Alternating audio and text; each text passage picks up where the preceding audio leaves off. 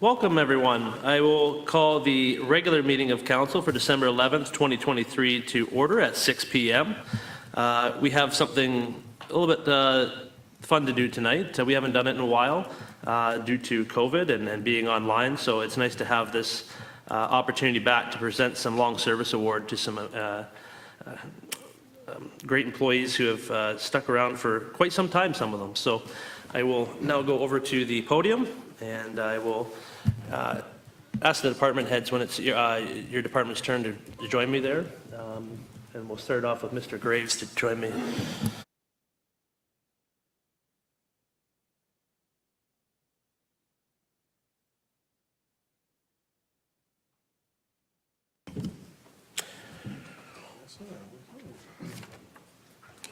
So welcome. We'll do a test run here. And so when I call your name, please come up and receive your pin. And the first one we'll do a test run with Mr. Graves since it is his 10-year service award. Great. Thank you so much.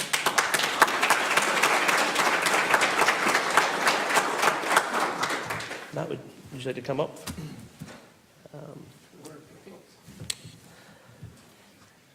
So I believe Todd Ellery's not here tonight, but he has a 30-year service award. So we'll present that to Matt to be able to present that. There you go.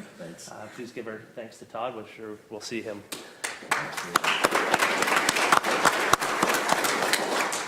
Next up is Tyler Henhock with 20-year service award. He couldn't be here tonight either, so we'll present that to Matt on his behalf. Thank you.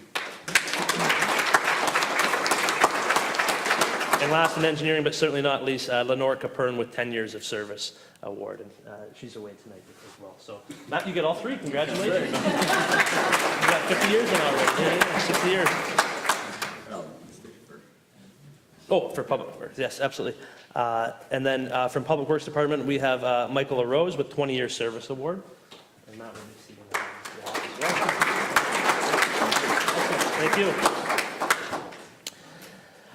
you. Next, Chief Holmes, if you'd like to come up. I see we have some firefighters here, so we'll get some people. First up, Ryan Baker, 20 years.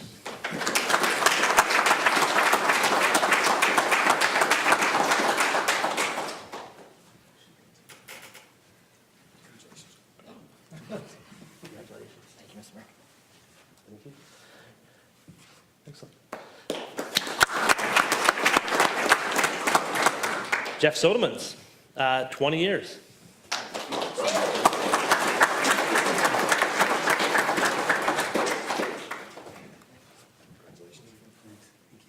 Congratulations.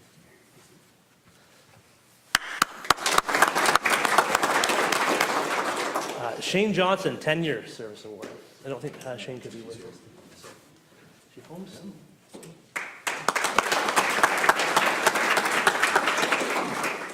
Deke Young, 10 years.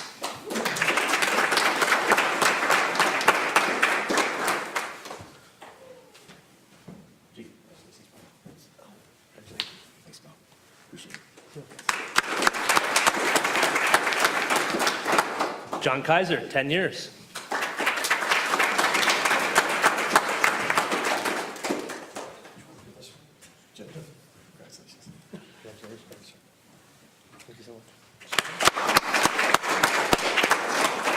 And last but not least, Chris Sinclair, 10 years.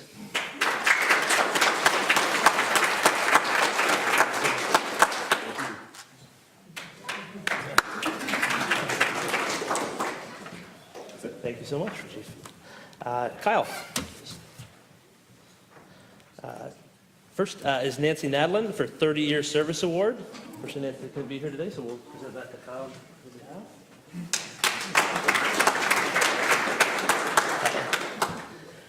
Next is Deanna Tasker, 20-year service award.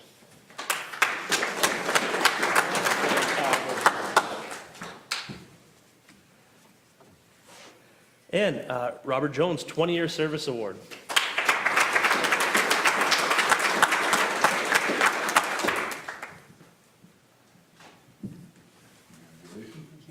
Congratulations.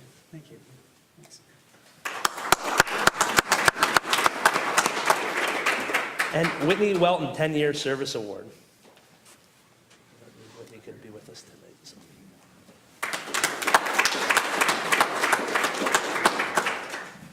Thank you very much, Kyle. Oh yeah, we're gonna go to Parks Department now. Well, I know Phil's here. Phil Atkinson, 20 years award.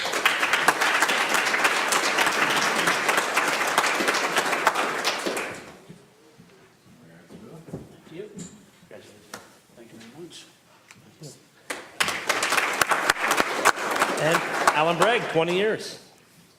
Wow.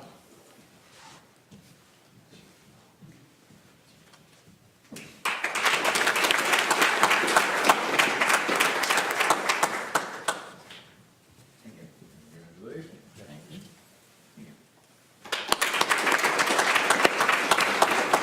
Thank you. And Paul is going to help out with the crossing guards. Ann Ward, 20 years.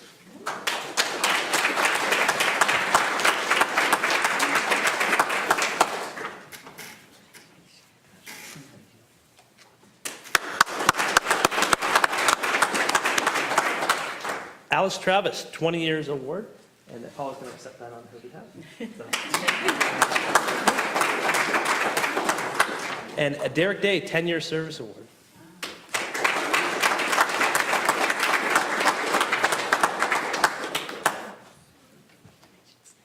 Thank you so much.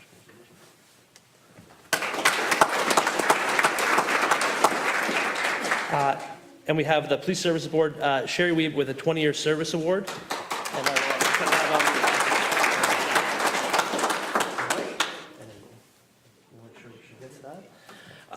I want to thank all the employees. Certainly, this is a big group of people. We certainly haven't been have the opportunity to thank you for your service. 10, 20, 30 years. That's dedication, and we really thank you from behalf of all the residents and council and staff. You do the work, and you really are what makes Ingersoll happen.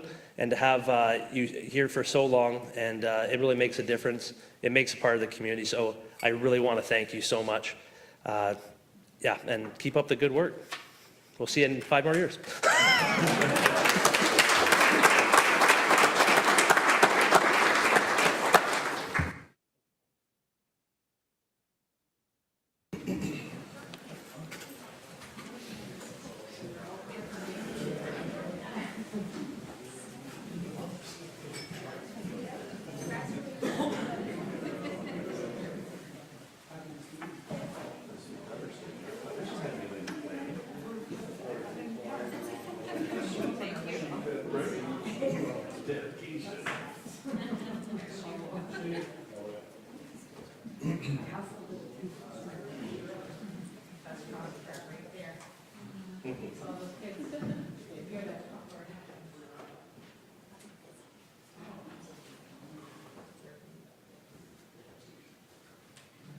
Okay, we will move on.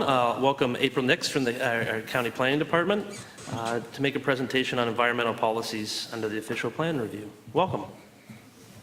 I don't have an award for you, I'm sorry.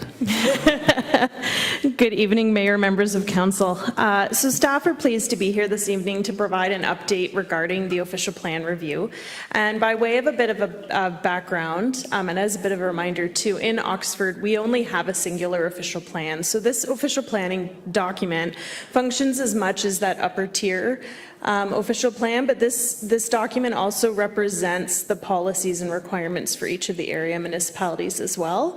And in some cases, those requirements are one combined set of policies, and that's very much the case with the environmental policies that I'm going to provide an overview on. We initiated review of the official plan in 2021 with County Council. The first part of this review was on the agricultural policies. Those amendments were adopted by County Council in May of 2022. We're continuing to wait for a decision from the province on that first phase of the amendment. Recognizing, though, that that one had wrapped, staff in about June of 2022 did initiate this next phase of environmental policy updates. And with that, we're focusing primarily on one section of our official plan, and it includes sort of 6 overall topic areas, which I'm going to touch very briefly on. Many of the policies that we have in the OP now are still relevant. So we're not necessarily starting from scratch, but there's also a number of things where things maybe have changed. There's updated technical standards, or there's other considerations that we're wanting to make sure are fully captured in the plan. There's also been a number of legislative and policy changes, not to mention some of the ones that have gone on in the past year, and some of which continue to be ongoing. And this is something that staff have been tracking, responding to and commenting to, but also considering in terms of policy development.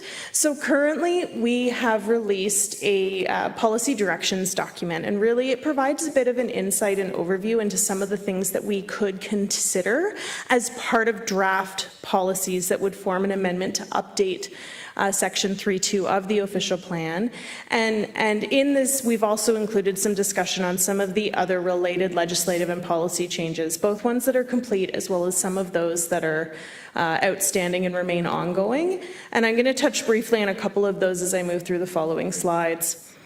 So in terms of the 6 topic areas, the first one I'm going to touch on is natural heritage. And when I say natural heritage, I'm referring to things like woodlands, wetlands, watercourses, river valleys, anything that involves sort of nature, critters, wildlife, these sorts of things.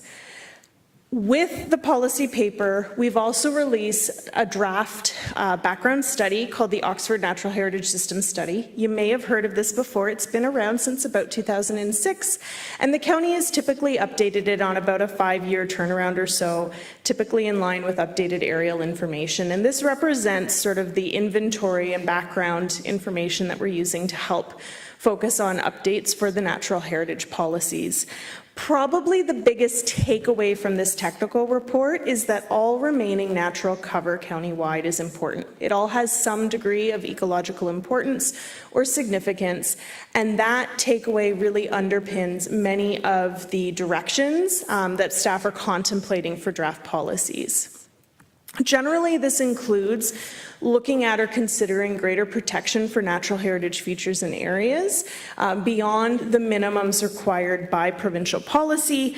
So as an example, that could include more protective policy for features like wetlands, rather than limiting it to those wetlands that are considered provincially significant under the provincial policy statement, or PPS. We're also looking at putting greater emphasis within the plan on maintaining linkages and connectivity, and fundamentally trying to take a bit more of a systems-based and forward-looking approach as part of the policy updates. With this too, we're also looking at updating some of the development-related requirements for studies, including things like EISs, or environmental impact studies. This is one area that, while we were already contemplating updates, further changes under the Conservation Authorities Act on the last year has put some renewed emphasis onto these policies in particular. Previously, development applications were reliant on Conservation Authority assistance to help review these types of studies, and that's something we're no longer able to rely on the CAs for. So right now we're operating based on a peer review framework, but looking at implementation long term, we want to make sure that we provide some additional clarification and direction to ensure that there's appropriate mechanisms in place through the official plan, and that other related mitigative requirements and standards are equally being considered and applied to consistently as part of development countywide. So we're also looking at updating the water resource policies, and this is an area of provincial policy that has seen some evolution over the last number of years. While we do have a number of existing water resource policies that continue to remain relevant, we're also looking at proposing some additional updates. Many of these are focusing on areas where there may be gaps within existing policy tools or other applicable legislation.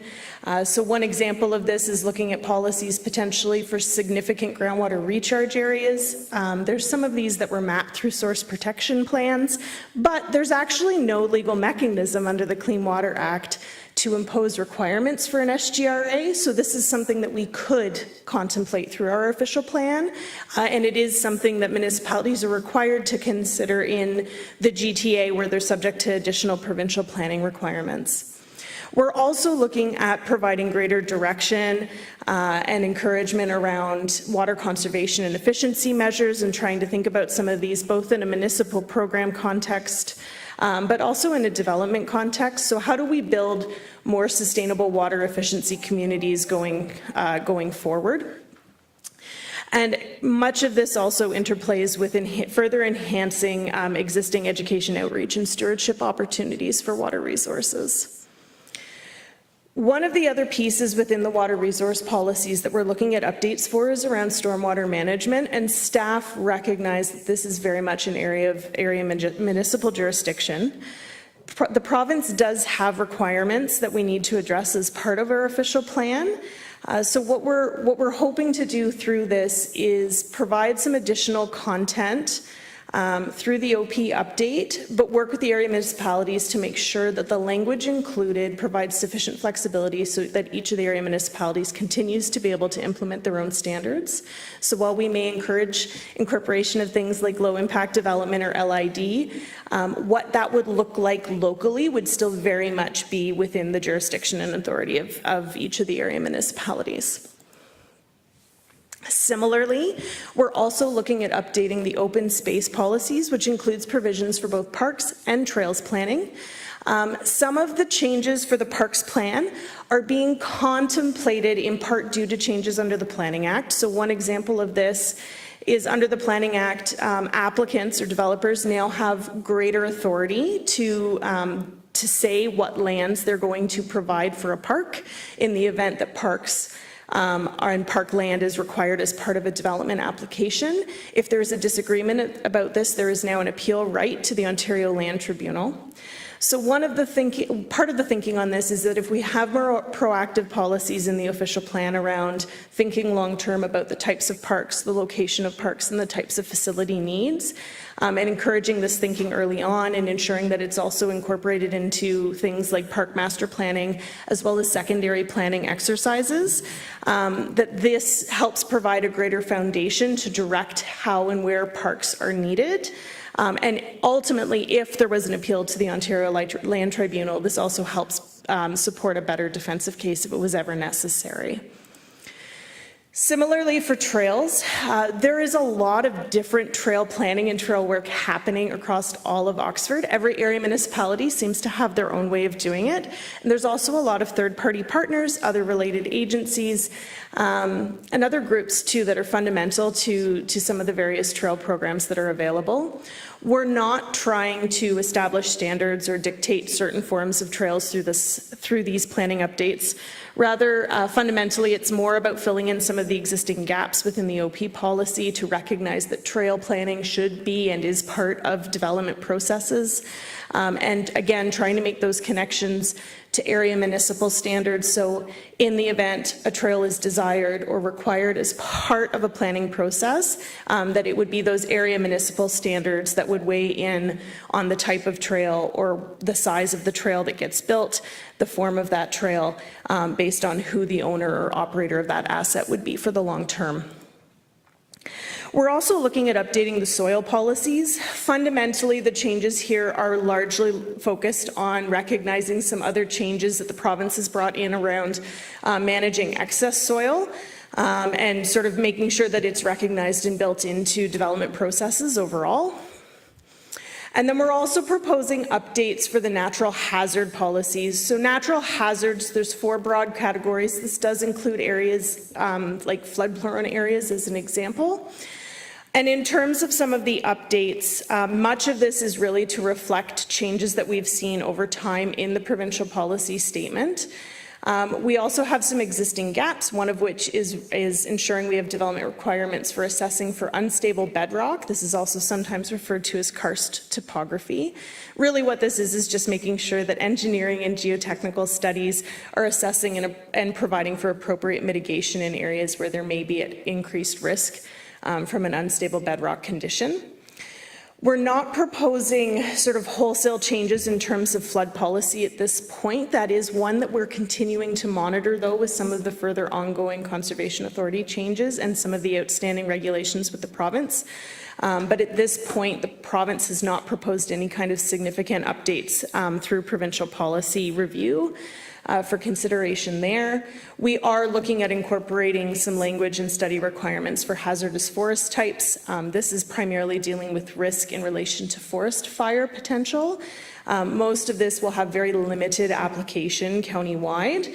And is more of a Northern Ontario type framework, but the province does expect us to implement it in the Southwestern Ontario context as well. So the final topic area is around air quality, energy efficiency, and climate change. Bringing a climate lens into the official plan is something that is going to be a bit new. It's not a lens that's really currently reflected, and that's in part due to the vintage of the official plan that we have. So broadly speaking, we're looking at incorporating much of that language and direction coming from the province, but also looking at enabling and supportive policies that help address growing more densely, as well as making sure that we have some of those other supporting considerations and encouragement of developing standards to help make sure that as we grow as a community, we continue to be a great place to live, work, and play as part of that. And also thinking about sustainability as part of that sort of scenario. This also includes looking at updating our energy policies as well. And one of the technical considerations that we're looking at there is also incorporating some land use considerations for things like battery storage facilities and other emerging tech, where right now we may not have clear land use planning mechanisms in place. So right now, area municipal staff have been providing updates to all of the area municipalities. We've been meeting and having individual discussions too with all the area municipalities at the staff level to help get input on the suggested directions overall. We're hoping to take all of this back to use to help inform development of a draft document to be out next year. We're hoping in the first half of the year, and part of the reason for the sort of gray timing on this is we are also hoping to have a revised or updated PPS document from the province in hand prior to us coming out with a draft. Timelines are a little fuzzy on this. So assuming we're able to go out in the first half of next year with the draft and things are moving well, we're hoping to have recommended policies back in front of County Council towards the end of next year. We may need to adapt that a little bit into 2025 depending on how things move. With that, I'm happy to answer any questions. Thank you very much. Are there any questions of the presentation? I'm not seeing any. Thank you very much. Thank you. Councillor Hudson, I believe you have a motion, please. Thank you, Mayor. Moved by myself, seconded by Councillor Van Kooten-Bosens, that the Council of the Corporation of the Town of Ingersoll receive the presentation by April Nix, Oxford County Planner, policy focus regarding proposed official plan updates to its environmental resource policies for information purposes, and further that Council advise planning staff to proceed with preparing the consultation draft of the environmental policies based on consideration of the comments received and initiating the formal official plan amendment process and related public and agency consultation. Thank you. Discussion. This is part of our strategic plan process at the county. It's under goal 2.2, preserve and enhance our natural environment. So direction was given in that to the higher state to enhance our natural environment. And so pleased to see that the county staff are certainly going ahead and making sure that that's a part of the repertoire that will be in our official plan to give the tools needed to make sure that that happens. So certainly if you have any questions later on, feel free to reach out to April and her team, and they'll be happy to answer those. Any further questions or comments? Seeing none, all those in favor? Opposed? That is carried.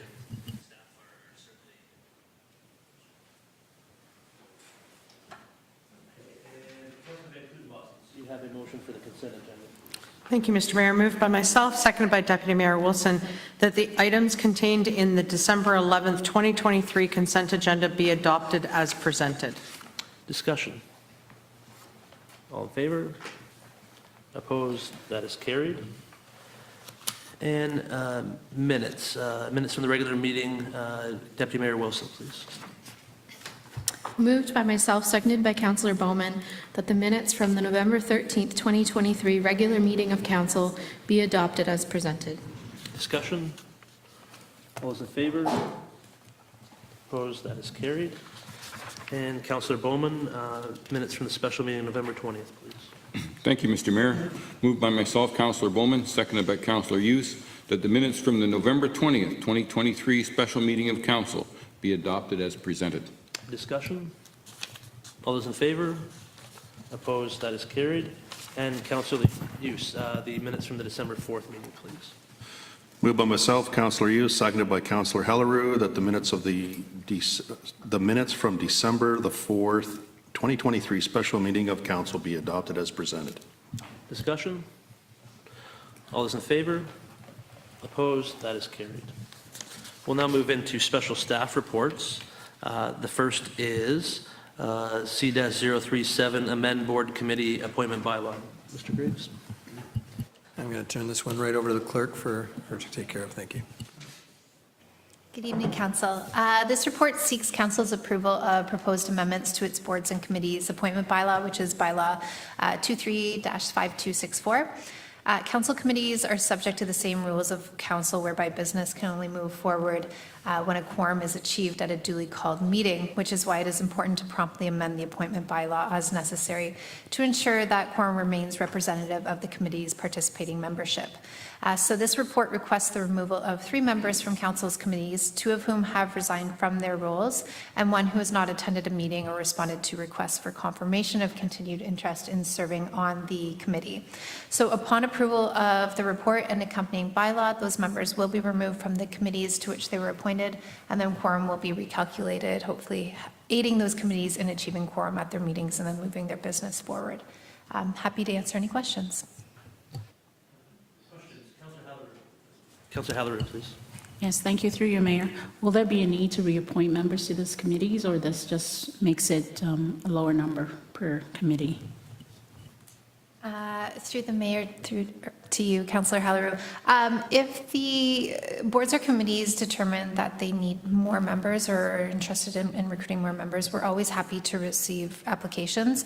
We have our applications out posted, so you don't want to prevent anybody from applying to a board or committee who might bring a lot of value. So it's really up to the board to reach out and say, hey, we need more members. Excellent. Further questions? Seeing none, Councillor Halleru, you have a motion, please. Yes, thank you, Mayor. Through you, moved by myself, Councillor Halleru, seconded by Councillor Hudson, that the Council of the Corporation of the Town of Ingersoll receive staff report C-037-23 as information, and that Council approve the removal of the members noted in report C-037-23 from the committee to which they were appointed. And further that, Council familiarize their approval via amendment to the bylaw 23-5264 through bylaw 23-5290. Thank you very much. Discussion? All those in favor? Opposed? That is carried. And we will now go to item number 2. Mr. Graves, please. Thank you. And I know the traffic committee did a lot of work on this, but the clerk has written the report, so I'll turn it over to the clerk to. Thanks, Michael. So another bylaw amendment report. So this one proposes various amendments to the Consolidated Traffic and Parking Bylaws 064327, as recommended by Ingersoll's Joint Transportation Review Committee, which is an internal multidisciplinary committee that is tasked with receiving and reviewing traffic and parking related concerns. We meet twice a year typically. At the committee's most recent meeting on November 30th, 3 recommendations to amend the bylaw were suggested, and they're detailed in the report. Just briefly, the first amendment is to add restricted parking periods to parking restrictions established in various school zones. The intention is to align those restrictions to the school year as has been established in other areas, such as the roads around Royal Roads. The second amendment is to establish no parking on the west side of Queen Street. This was brought forward from Public Works, actually, and the restriction is requested for the winter maintenance season. Due to the narrow width of the road, which is roughly 6 meters, this restriction is deemed necessary to facilitate effective and safe winter road maintenance. The east side of Queen Street is already established as no parking.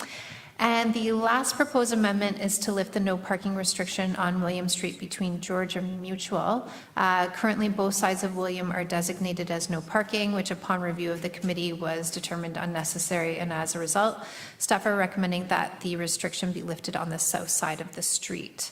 Any of the proposed amendments that are approved by council will be brought back via an amending bylaw at the next regular council meeting. And happy to answer questions from there. Thank you very much. Questions of the report? Councillor Hughes, please. Through you to the clerk. How often does the traffic group meet? About twice annually, but it's really driven by the volume of complaints that are received. So if we get a bunch, we'll meet more frequently, but it's usually about twice annually. So typically, if something comes through and it's not of high urgency, we'll get back to that individual and say that we'll put it on the agenda for the Joint Transportation Review Committee, and that's typically pretty satisfactory for those individuals. Follow up? How does a citizen, or who can make complaints to the traffic committee? Can a citizen do it, and how would they do it? Anybody can make a complaint. We typically prefer those complaints to come through the complaints portal. That just gives us a way to follow up with those individuals quite easily because we ask for some contact information. They can make complaints through council, but council can then direct them to the complaints portal. But that's our preferred method of receiving those complaints. Thank you. Any further questions? Seeing none, Councillor Hudson, I believe you have a motion, please. Through you, Mayor, moved by myself, Councillor Hudson, seconded by Councillor Van Kooten-Bosens, that the Council of the Corporation of the Town of Ingersoll receive staff report C-038-23 as information, and that Council approve the amendments to the bylaw 06-4327 as detailed in report C-038-23, and further that Council formalize their approval via an amending bylaw to be brought forward at the next regular meeting of Council. Thank you. Discussion? Seeing none, all in favor? Opposed? That is carried. And we'll move to item 3, Mr. Graves. We're very delighted to bring this report forward and give council an update where we're at, but I'll turn it over to the clerk to. Thanks, Michael. Last one. So this report serves to provide council with an update on the downtown parking study and strategy, as I had alluded to at the last meeting. That was recently awarded through a competitive RFP process. So the project includes several deliverables, including a comprehensive review of the town's current parking inventory, identification of parking trends, and development of a plan to ensure that the town's inventory is managed appropriately to meet stakeholder needs. So public engagement will form a large part of this project, and feedback received will be used to inform the final strategy and recommendations. So this report was really just intended as an information piece for council to ensure that you're all aware of the RFP's timelines and the planned activities moving forward. Although my report indicates that engagement piece of the project is set to commence in the next month and a half, I actually just had the kickoff meeting with the consultants today. And we may be looking at delaying the engagement to a slightly later date, as it's currently scheduled to start mid to late January, which typically sees less demand for parking following the holiday season. So we want to make sure that we're getting the best data possible in order to build those recommendations and strategy on. But I will keep council aware of the progress and timelines as they unfold. But we're just going to go back and do a little bit of more research and try to come up with maybe a time that's more appropriate to start engaging with the public on this. Thank you. Questions? Councillor Van Kooten-Bosens, please. Thank you, through you to Danielle. Thank you for bringing the report forward and letting us know where everything is at. I think on my time of council, I've seen quite a few of the parking issue come up, so I'm glad that we're getting this one done and over with soon. How are we going to, I'm noticing it's social media, but are we going to be engaging in person as well for feedback from the public? Through the mayor to you, Councillor Van Kooten-Bosens. So there's a number of, the engagement was a really big piece as part of the RFP. We obviously have a number of different user groups that we want to get feedback from. So there's a survey, information session, kind of open house, and then one of the key ones are these pop-up events where they're actually going to set up in the downtown core in areas where it's frequented to connect with people as they're, using the parking lots to get their opinion. So we want to make sure that we're kind of capturing that traffic, which really kind of drove the conversation today about when the best time to do that would be. So a number of pieces will come together to form that engagement. Councillor Halleru, please. Thank you, through your mayor. To Danielle, so what about the question of our new considered online portal that we're going to use to test, I don't know if that's going to happen before they start work. Are they going to consider using that communications piece where we want to use the software to get survey inputs? Through the mayor to you, Councillor Halleru. So I had thought about it. However, I think you're referring to flash vote. Is that correct? Flash vote limits questions to 5. We're in preliminary talks about what the engagement survey will look like. So it might be more than 5 questions. It might be less. I'm not 100% sure. That's for Paradigm to determine. But the other feature of flash vote is that it's only open for a shorter time period. The parking survey we want to have, and we discussed this today, we want it to have it open for a longer period of time. We want to have it open when the open house occurs so that we can capture that audience and if those individuals who show up to the open house haven't yet had a chance to complete the survey, we want to be able to direct them to that. So I'm not sure if flash will be the most appropriate for this survey. It is something that crossed my mind, but I think because of some of the limitations of it, we'll probably go with the consultant's recommendations on timeline and who to use to solicit that feedback. Thank you. Further questions? Councillor Bowman, please. Thank you, Mr. Mayor. To you and through you to the clerk. Will there be an opportunity for this group to come and speak to the BIA board? I know we're doing public individuals, but is there an opportunity for that to happen? Through the mayor to you, Councillor Bowman, absolutely. So we will be identifying key stakeholders. The BIA will be identified as a key stakeholder. So there will be conversations with those individuals to solicit their feedback. And I actually just sent the BIA coordinator an email today just about timelines for the public engagement. So absolutely plan on including the BIA as a stakeholder in this project. Excellent. Further questions? Councillor Halleru? Just a follow-up to that. The reason I'm concerned is because there are people that from the past have complained about parking in different capacities and will they've made up their mind. They don't frequent downtown core, for example.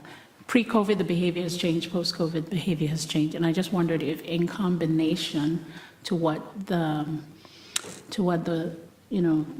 contractors will do, for them to be aware of what we as a municipality also have in our toolbox so that it can be a combined effort. I'm just thinking to really gauge those who don't come and to have results from only those who come at a specific time might not be the real picture. So even though we have those windows where they're shorter windows, we might have as many throughout the year and give us a different idea plus what they come up with, just a way to combine and not waste what we already have while considering, confirming. So to respond to that, and I just had the kickoff meeting today, so I'm going off of, the RFP submission and my conversation with the consultants this morning. But I think the idea is to have multiple touch points through various channels so that we can capture as broad a segment of those who use the parking lots downtown, the different user groups, to make sure that we're touching kind of all of those different user groups. We will be, I had Siobhan, our communications officer, join on that conversation today to talk about how we as the town can promote that messaging and use our channels that are available to us. So there is a plan to really promote it as much as possible and use what we have available to us to get the word out about what the consultant is doing. You're welcome. Further questions? Seeing none, Councillor Van Kouten-Bosson, I believe you have a motion. Thank you, Mr. Mayor. Moved by myself, second by Deputy Mayor Wilson, that the Council of the Corporation of the Town of Ingersoll receive staff report C-039-23 as information. Discussion. Well, I think we all know how sensitive a subject parking is within the community in the downtown core. So thank you for treading into this one, and certainly interested in, yeah, we definitely support the broad spectrum of getting that feedback throughout the community users, and looking forward to updates through the process. Any further discussion? All those in favor? Opposed? That is carried. And item number 4, Mr. Grace, please. Thank you. I know Kyle's done a lot of work to put this comprehensive report together, and I want to let him have an opportunity to speak to it, but I just wanted to say I think staff are doing a good job of maintaining the park, and I think it's been a long time since we got some feedback from the public. It was 2018 when we talked about the park being in a different format than it is now. In staff's recommendation, we'd like to get some new feedback. I'll turn it over to Kyle to speak to the report. Thank you, Michael. As council can see in front of them, I've put together kind of a history of the dog park report for council to be able to review. As Michael mentions, the committee had a recommendation back in 2018, but since that time we've had the Recreation Master Plan, which had a section specific to the dog park, which suggested that the current park met its needs. Couple that with the fact that we've received to the Community Services Department no correspondence from the public, either for or against a division of the park. I outline in the report how long it takes to maintain when we're putting wood chips down and kind of where we're putting them down, just as to bring council up to speed on how that happens. Other than that, as Michael mentioned, the recommendation, because you're talking about 2018, to divide the park and then having the rec master plan suggest that the current park meets its needs, I think it'd be good to go back out to the community and get some input on, is this something that the community wants, or is the community happy with how the park stands right now? Other than that, I'd be happy to answer any questions, but that's the report. Thank you. Questions of the report? Councillor Van Kouten-Bosens. Not a question, but a comment, and thank you for the absolute all-encompassing. You brought every piece of information into it, and I mean, it really was started before you ever came on board, so thank you for bringing everything towards this report, and, you know, bringing into the fact that within our own master plan, it wasn't something that was even talked about. There was very little feedback from that. So I just want to say thank you, because I know that this took a lot of time for you to put together, and as a councillor, appreciate that time. Thank you. Further questions? Deputy Mayor, please. Through you. So just to confirm, the donation was made and accepted for the purpose of the dog park. I think that's the part I'm not clear on just yet, is what happens with that funding if that was its intended purpose and we decide to make a different decision down the road. So I wasn't here at the time that the $5,000 donation was made. I know that when the committee stopped meeting, that money was handed over to the town to be put towards dog park projects. It's not specifically earmarked to anything in particular. I know that the dog park committee has also had discussions about putting some type of mural or monument to recognize the donors to the park. So there could be, that money could be used potentially for that as well. But the $5,000 donation was something that happened while I was off on leave. But I know that the money that was in the account before was for dog park purposes. Mr. Grace, please. Yeah, and because it was earmarked for dog park purposes, I think the only way that we would be able to use it would be to use it for some purpose for the dog park. If it wasn't to be used and there was not to be any additional money spent on the dog park at all, then I guess we would have to look at how that would go back to the people that donated it. I have some concerns with a monument, because if council's bought any kind of stone monuments, it doesn't take long to spend $5,000, and then we might be just spending the donation to make the monument, but there could be other ways to identify some of the donors. But certainly it'd be our purpose that it not be spent on anything other than the dog park. That would be my recommendation, so. Questions or follow-up? Councillor Hudson, please. Thank you, through you. I just had a question to staff. If they really wanted to spend more time doing more reports and speaking with the public more, or if it's just something we just want to get done since, like you said, it has been since 2018. I don't know if we want to go back out and make more work when there's other things that we know you guys are really busy doing. Mr. Graves. Yeah, I think it's difficult for us to interpret what the public really wants. So we feel like we have a bit of mixed messages, a message from 2018 that a separation for the small dog park and the large dog park was needed, but a message from the rec master plan that no additional monies be spent. And that puts us in a spot where we feel conflicted. If we hadn't had a tool like Flash Vote coming up recently, we probably would say maybe host a public meeting or something like that to try and get some feedback. But I think one way or another, even though it may take additional time, I think getting some additional feedback would be beneficial. I would suggest using Flash Vote to do that, but certainly within council's purview to direct us to do whatever they would like us to do, so. Councillor Halleran, please. Thank you so much for that. Through you, Mayor, I like what Michael just said. I was thinking that myself, just because we now have something that could at least help us get an updated view of what the community needs are. We've had some complaints about specific things that are happening there. If we can validate that with more feedback and then just have a kind of small course of action, then I think the money should definitely go to the dog park.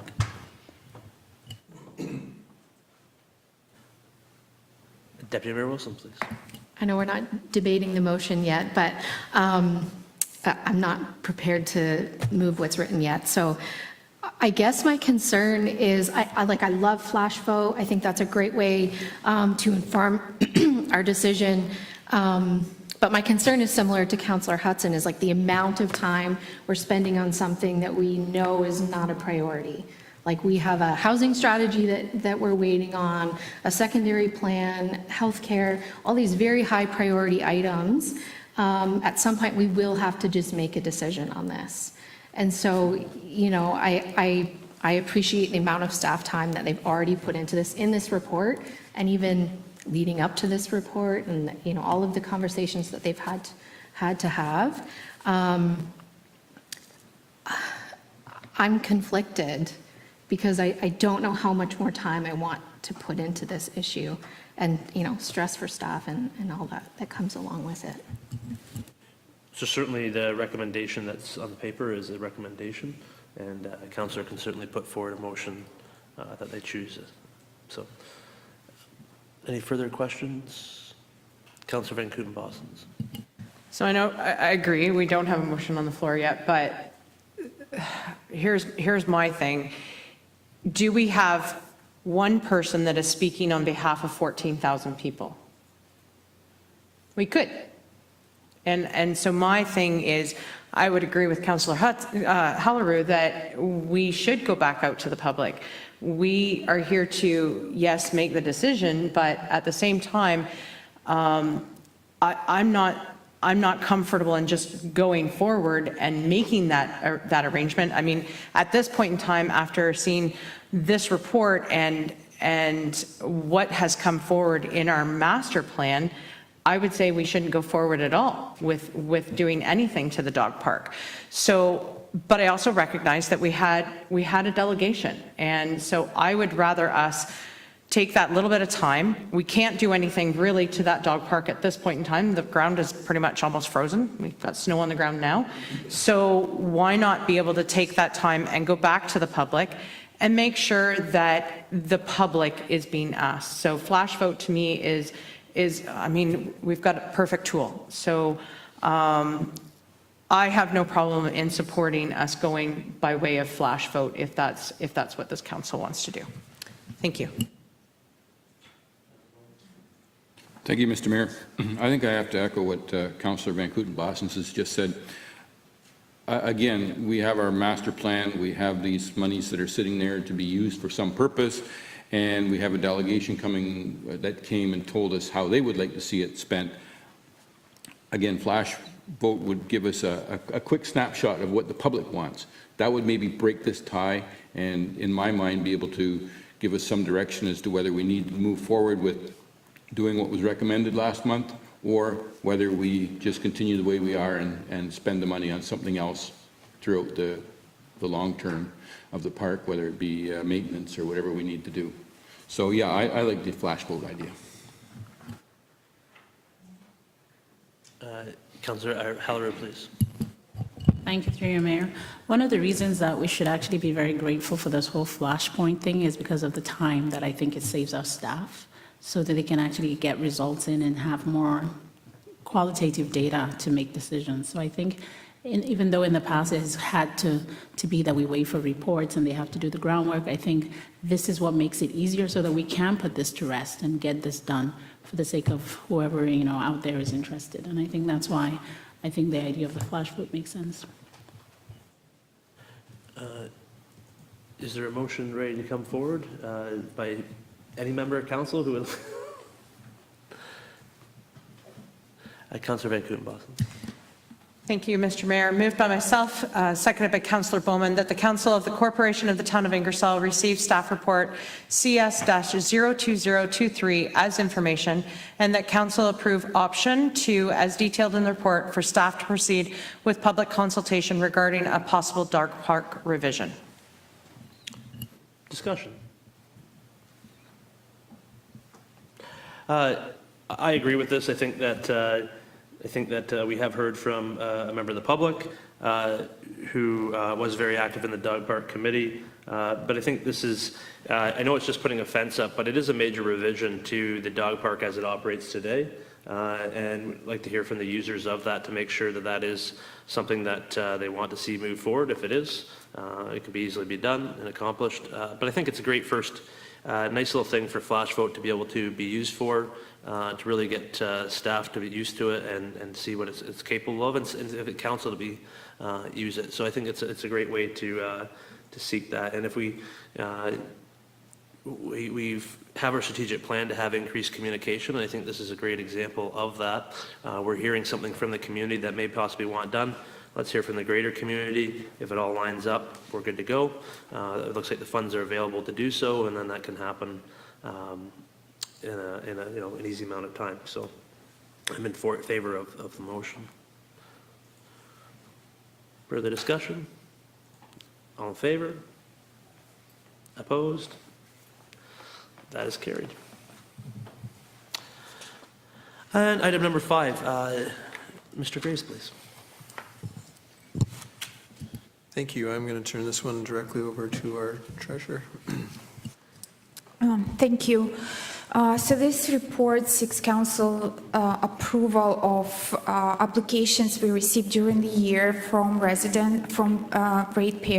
for the cancellation, reduction, and refund of property taxes in accordance with the Section 357, 358 of the Municipal Act. These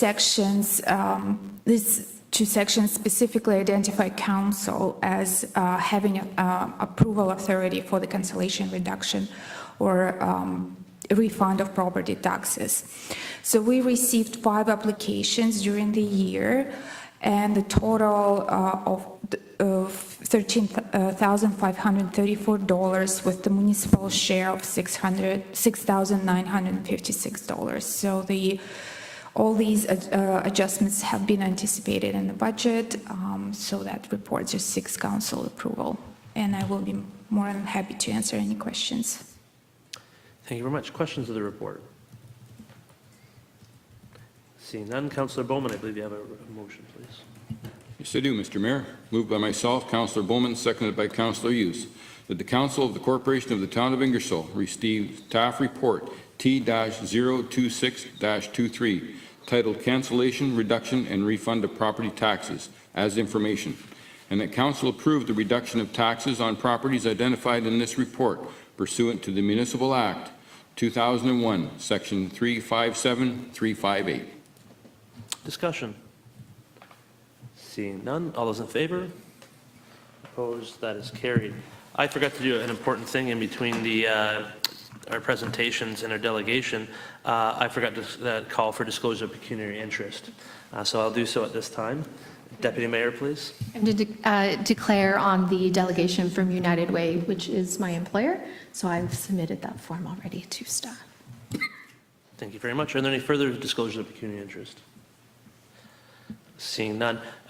Seeing how that presentation is going to be at 7, we will take a 5-minute break. Can I have a Councillor Van Kooten-Bosens, will you make the motion? Seconder for that, Councillor Bowman. Discussion? All those in favor? Opposed? We will reconvene at 7 p.m. then. Thank you.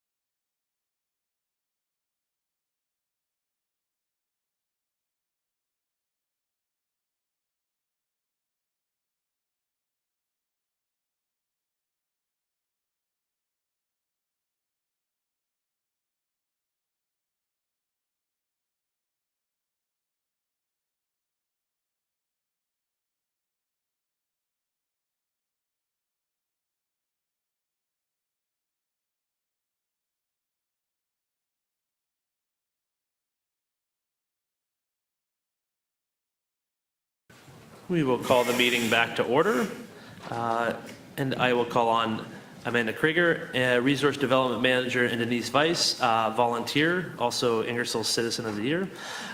United Way Oxford, call this Night of the Year Walk presentation, please. Welcome.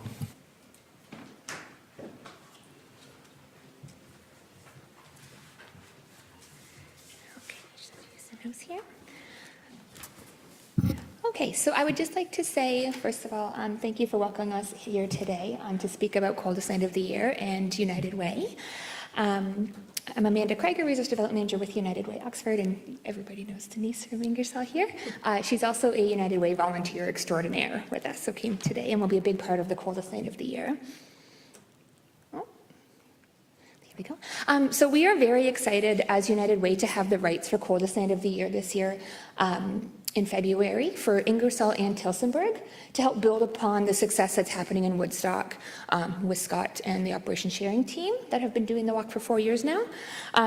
So the thing about Coldest Night of the Year is that it's a very local initiative. So by us expanding and being able to host a walk in Ingersoll, people can walk and they can support in the town of Ingersoll. So all that money stays local. We'll talk a little bit more about where that goes later. But what is Coldest Night of the Year? So it's a family-friendly walk, and it's to raise money for local charities serving people experiencing hurt, hunger, and homelessness. So it's national. It takes place at the same date and the same time across Canada. And teams can sign up with a team captain. You recruit people to be on your team, and you show up and you do either a 2K or a 5K walk, and you collect pledges and you fundraise up till the event. And across nationally, thousands of people come together to make a difference in their communities, and it's a movement of positive change. So I'm going to have Denise start with this one and just share a little bit about why United Way and why the Coldest Night of the Year is a good fit for us and a good fit for the communities here in Ingersoll. So like Amanda said, I'm Denise Weiss. I've been a volunteer with United Way Oxford for 9 years now. I'm very passionate about United Way Oxford because of all the different activities, programs that are funded. Personally, I've benefited from United Way. As a big sister, I got to do many, many activities with my little sisters for free because support for the kids is everything, right? And United Way obviously supports those dollars or those programs. I also am involved with Tampon Tuesday, which gives tampons to different organizations in our community, specifically the food bank, right? Yep, in the library. In the library. Spaces, yeah. And it may not seem like a really big thing, but as a woman, I know that if you don't have those kind of provisions, if you don't have your feminine hygiene products, it can impact your whole life for a week. And so I love that we give so many tampons out in our community just for a small, well, it's not small, but thing like that. I'm not sure what else to say. I'm a little nervous. I like that United Way Oxford doesn't just throw out money to whoever they feel like it. They have community conversations. They talk to people right on the road, on the ground, to find out what the needs in our community are. And clearly, as everybody knows, housing stability is a huge thing right now, as always. And so that's why I am really excited to be involved with Coldest Night of the Year this year, because it's a big issue, and we need housing. We need homes for people. So Awesome. I'll let Amanda take over. Thanks, Denise. Someone's back here. So United Way Oxford is the largest non-government funder of social services in Oxford County. And because our money comes from community dollars and then gets invested back into those communities. So it really is a community coming together to support each other. We have really strong connections and partnerships. So whether that's with our donors, our volunteers, board members, impact council members, to community groups, our funded partners really are partnerships. We work together year round. We invest Our funding model is flexible. We have open funding every year, so nonprofits can apply yearly, but it creates flexible funding. So we can invest in immediate needs right now. So when somebody's hungry today, they're hungry today, and we need to get food into the hands of people that need to distribute food. But we can also look at that root causes and get at those long-term changes with things like investing in housing supports that are going to change somebody's life forever. We have 3 pillars is how we invest, so children and youth, things like Big Brothers Big Sisters, like Denise mentioned. The Fusion Center has been a partner of ours for a really long time. Strong Start, so we started seeing that kids were falling behind in reading since COVID and at home models of schooling. So we now have Strong Start's free tutoring for reading and writing that takes place in schools across the county to get at one of those root causes. If kids can get ahead in their education and graduate and enjoy school, we know that long-term it's going to have an impact on the community as a whole. Our second pillar is Strong Communities, so that's focusing on mental health and addiction supports. So we offer free walk-in counseling here in Ingersoll. 35% of people in the county don't have access to benefits coverage, so it's really expensive to try to get mental health counseling and wait lists for some of the free programming. So we have walk-in counseling that's offered here. And then our final category or pillar of investments is Poverty to Possibility. So that's a lot of housing supports and food supports. We know we do transitional housing and housing outreach support are the 2 big focuses for us in that area. So while we don't have a transitional house right now in Ingersoll, we do have models in Woodstock and Tillsonburg that are working. We're seeing people come from the street, stay in transitional housing for up to a year with supports to help them with basic life skills, budgeting, those kinds of things, and then help them find next stage housing. And it's proven to be very successful in the 2 other communities, and it's something we're striving to have here in Ingersoll as well. But we need the support. We need the support of the community to help raise those funds and make that happen. But we can build upon what's already here. So we're really excited to have that partnership. Together we can strengthen those and deepen those services that are here and expand them. But we've got to start together. Back to coldest night of the year specifically, because the funds raised through that will help support those housing outreach programs. The other one is eviction prevention. So if we have the community health center has a street housing support outreach worker, so they help people stay in their homes. So we know if somebody is removed from housing, how hard it is to get back in. So they work really hard to keep people housed. They work with landlords, they work with tenant boards, and they help keep people housed and provide the support they need to stay housed. So again, it's the closest night of the year, those funding will go towards expanding those services. So together, what we're asking of council and members of the Ingersoll community is to register a team, inspire participation, get your family, friends, book clubs, teams together and come out and support. It's a very moving event to be a part of. We would like to have Ingersoll Council lead the walk. So when we leave from the Fusion Center, to have a group lead the way on our routes. And just promote to give where you live and help our neighbors when they need it most. And together we'll do really great things here in Ingersoll. We'll be able to provide more access to local free mental health and addiction counseling, expand that transitional housing opportunity, increase street outreach and services, prevent evictions from happening, and stabilize food access and distribution. The Food Forward program currently provides food support to places like Stitch and the Supper Club here in Ingersoll. So again, thank you so much for having us. Through these programs that we mentioned here tonight, we can work together to build a future that's full of hope and opportunity for people that need help when they fall on hard times. Does anybody have any questions for us? Yeah, thank you very much. Are there any questions from council? Councillor Hudson, please. Hi, thank you. Great presentation. Thank you. Through you, Mayor. Just had one question. If people are listening, where can they go to register? Just like a website, United? Yeah, so if they go to the United Way Oxford website, they can go there. Or coldest night of the year, then you can sign up for the walk specifically in Ingersoll. But all the information's on our website and on our social media. And is there a minimum pledge requirement or minimum number of people per team? No? Okay, great, thank you. And if it's just an individual that wants to sign up, we can always find a team for you as well to join. United Way will have our team here, and the more the merrier. You're welcome, thank you. Any further questions? Seeing none, thank you so much. Awesome, thank you.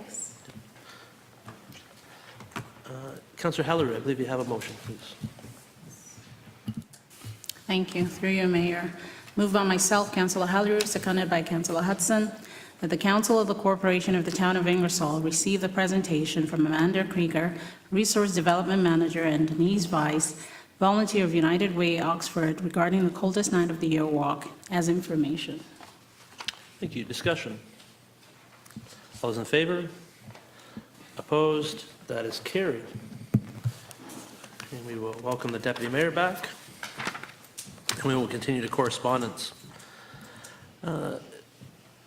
Councillor Hughes, I believe item number 12, resolution primary care committee. Please. Yes, thank you, Mayor. Excuse me. Moved by myself, Councillor Hughes, seconded by Councillor Halleru, that the Council of the Corporation of the Town of Ingersoll receive the resolution from the Ingersoll Primary Care Recruitment and Retention Advisory Committee as information, and further that the request be considered by the town when preparing a health services support strategy. Discussion. All those in favor? Opposed? That is carried. And we'll go down to item 13, Safe and Well Oxford. Councillor Hudson, please. Thank you. Through you, Mayor. This is going to take a bit here. Moved by myself, seconded by Councillor Van Kooten-Bossens.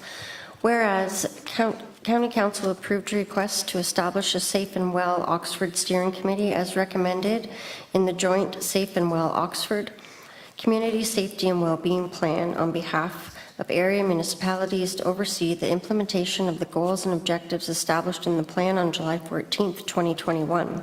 And whereas the key priority risk themes identified within the Safe and Well Oxford Plan include mental health, affordable housing, substance misuse, equity, diversity, and inclusion. And whereas the purpose of Safe and Well Oxford Community Safety and Wellbeing Plan is to improve the safety and well-being of community members by defining and addressing priority risks through proactive, integrated, system-wide strategies, the reasonability of which falls within the jurisdiction of the county within Oxford. And whereas the Safe and Well Oxford Steering Committee considered a resolution passed by County Council at their July 13th, 2023 meeting to refer a presentation received by County Council from Ingamo Homes in relation to gender-based violence locally for consideration throughout the implementation of the Safe and Well Oxford Community Safety and Wellbeing Plan. And whereas the Safe and Well Oxford Steering Committee received a presentation and request from the Domestic Abuse Response Team Oxford at their meeting held on September 14th, 2023, in relation to the need for support with resources, advocacy, education, awareness to address the gender-based violence locally. And whereas gender-based violence has been highlighted and acknowledged as a significant concern within Oxford County,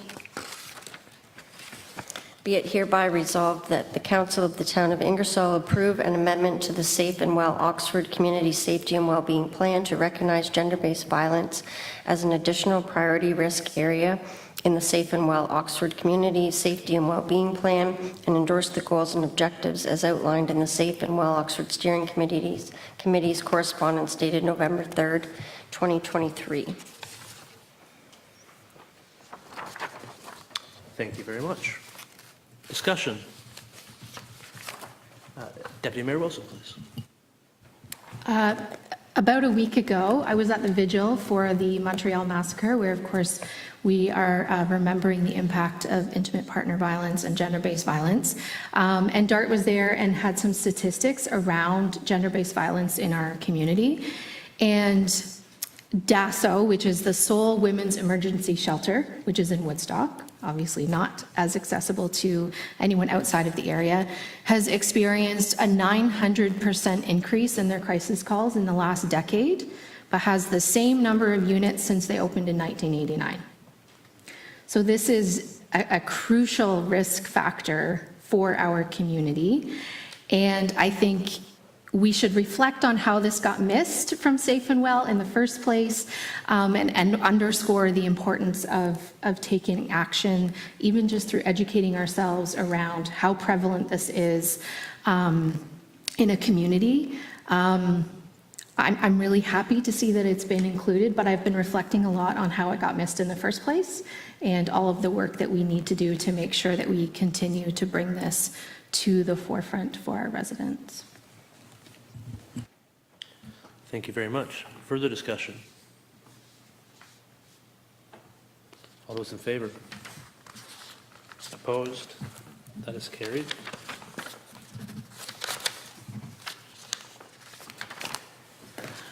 And Councillor Van Kootenbossen's item number 14, please. Thank you, Mr. Mayor. Moved by myself, seconded by Deputy Mayor Wilson, that the council of the town, good grief, I can't even read.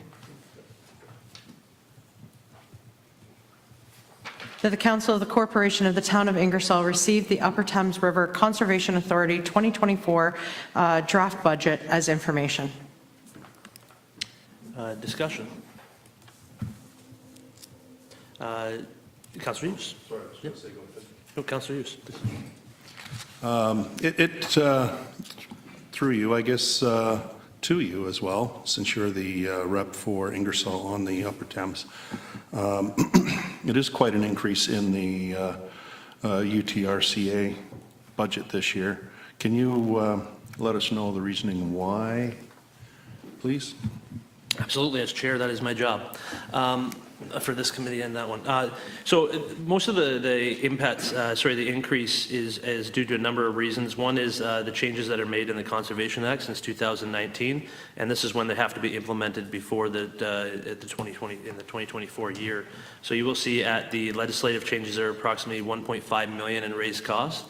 Most of that is because of the number of, there's 4 items that need to be completed through legislation by the 2024. So there's not the ability to spread that out, and so that's required to bring on a number of staff to make sure that we can complete those new requirements that weren't part of the requirements before. One of the other major reasons is the way that the programs that conservation authorities are offering are calculated. So there's categories 1, 2, and 3. Category 1 is your mandatory program, their flood control, an item such as that. They are mandatory programs, but there is no funding available, or very limited funding available from the provincial government. In fact, that funding was cut in half in 2019 after not being raising for 20 years. So that has now been officially downloaded onto municipalities. Because they have been changed into categories 1, 2, and 3, that changes how those programs are funded through the ability to have grants or offset those costs. Traditionally, there's not a lot of grant opportunities available for Category 1 type funding. It's mostly Category 3, which is a lot of the programs, water quality monitoring, education programs, tree planting. Those items are available. Our municipalities are asked to pay 12% of that bill, and 88% is offset through funding. Before those programs were separated out, staff could use more of that grant funding to offset Category 1 type costs. Category 2 are just memorandums of understanding, and most of those are with the ESAs for London. There's specific agreements within municipalities to do something. The cost apportionment agreements for Category 3s are, again, done through the levy system with the CVA amounts, the same as the Category 1 funding. The ability, to offset those costs is just not there, and so they've had to be pushed on to municipalities. We are looking at a $1 million deficit at this point, which will be tied to reserves to fund that if the other funding doesn't come through, which is not sustainable. And so as the years go on, we're going to have to look at see what funding will be put back on the levy. Right now is 100% that could be put on the levy, so the board was trying to mitigate those increases, which are for the Oxford area around 30%. But a lot of those are just because of the timeframes of the legislation and the requirements put on the conservation areas to do those. And each conservation is different in what they provide in programming. With London being a major center, the programming requirements are higher. They do pay 64% of the bill. And so there was a larger increase to our conservation authority than some that provide very basic service and traditionally put 100% of the tax levy onto the residents. And they didn't provide the other programs that had the opportunity for grants. So those are the major reasons. Certainly not a happy year to have to bring the budget like that forward, but those are the realities when things are dictated from the provincial level, and there's no funding to go along with those directives. So. Councillor Halleru. All right, so through you to you, is this something that we've already considered in the current budget? Like, are we gonna phase into the 1 million, or are we doing it? So this budget is paid by the Oxford County levy on a resident. So Ingersoll is a member of the UTRCA, but the billing goes through Oxford County. So our residents won't directly see this through an Ingersoll tax bill. It'll be through the county. And so that's part of the 15.3% increase that the county level is now looking at on Wednesday. Councillor Hughes. Follow-up to my first question, you had mentioned that you had to bring on a number of new staff to meet the requirements. Are they a contract position? Is that going to be ongoing forever and ever? So there are some, it's a mixture. If staff could feel that it was not an ongoing item that just needed to be brought on, there's contract positions, but there's also a number of ongoing reporting structures that have to be, the initial work has to be done by 2024, but then there's an initial portion that has to be done as well.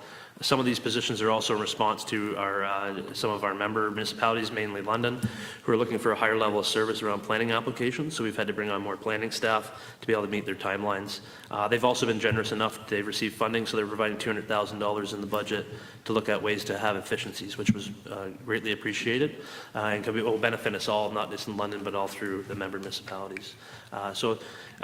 Yeah, there's 11 staff that need to be brought on to meet these requirements, and certainly that wasn't taken lightly. Some of those are just in accounting. The way these programs are set out in Category 1, Category 2, staff are just not separated, so they're doing all these roles, but now it has to be accounted for, and that creates a lot more work to be able to track that information to provide the provincial government. This may have been a backfire for some municipalities complaining that they thought that they were paying too much for conservation authorities and they wanted it simpler, but what the government did not do is consult very well with conservation authorities on how we could achieve the same goal, and when they dictated it, it actually made things more complicated and have increased costs, as you can see here. So hopefully next year will not be as high, but just because the implementation right now. Further questions, comments, discussion? All those in favor? Opposed? That is carried. And we have number 15, Wowsy Strong Mayor Powers. Deputy Mayor Wilson, please. Moved by myself, seconded by Councillor Bowman, that the Council of the Corporation of the Town of Ingersoll receive the correspondence from the Western Ontario Wardens Caucus regarding strong mayor powers as information. Discussion. All those in favor? Opposed? That is carried. And we will move to item number 16. Councillor Bowman, please. Thank you, Mr. Mayor. Moved by myself, Councillor Bowman, seconded by Councillor Hughes, that the Council of the Corporation of the Town of Ingersoll receive the invitation to participate in the 2024 Communities in Bloom event as information. Discussion. All those in favor? Opposed? That is carried. We'll now move forward to notice of motion. Mr. Mayor, I have a point of order in respect to this next motion, and that it conflicts with our procedural bylaw 16.4.1, in which this matter is not within the jurisdiction of our council. Okay, thank you for that. I think I will put that out to council for a vote. I will ask that to agree with the point of order, you vote in the yay, and to disagree, it's vote in the nay. So I'll ask council for the procedural matter if they believe it's outside the jurisdiction of the council for 16.4.1. All those in favor? Opposed? Okay, that is carried. It is deemed outside the responsibility. And we will move on to the next item, which is bylaws. Councillor Hughes? No, we will deal with bylaws. Councillor Hughes, please. Moved by myself, Councillor Hughes, seconded by Councillor Helleroo, that the mover have leave to introduce and go into committee of the whole on the following bylaws. 1, amend board and committee appointees, bylaw 235290. 2, 2024 interim tax levy, bylaw 23-5291. Confirmation of bylaw December the 11th, 2023, bylaw 235292. Council and the committee of the whole, Mayor Petrie in the chair. On motion, the bylaws are accepted as circulated. This constitutes the first and second reading of the bylaws. Discussion. Seeing none, all those in favor? Opposed? That is carried. We're now in committee of the whole. Would anybody like to discuss any of the bylaws? Seeing none, Councillor Hallery to rise committee of the whole, please. Through you.